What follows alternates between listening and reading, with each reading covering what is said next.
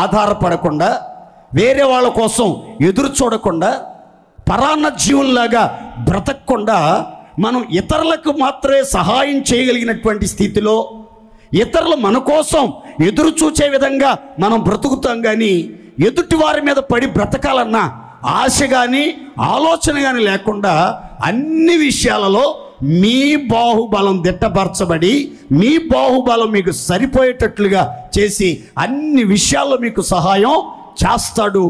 ఏ శత్రువుని ఎదుట నిలవజాలడు, ఏ విరోధులని ఎదుట నిలవజాలరు.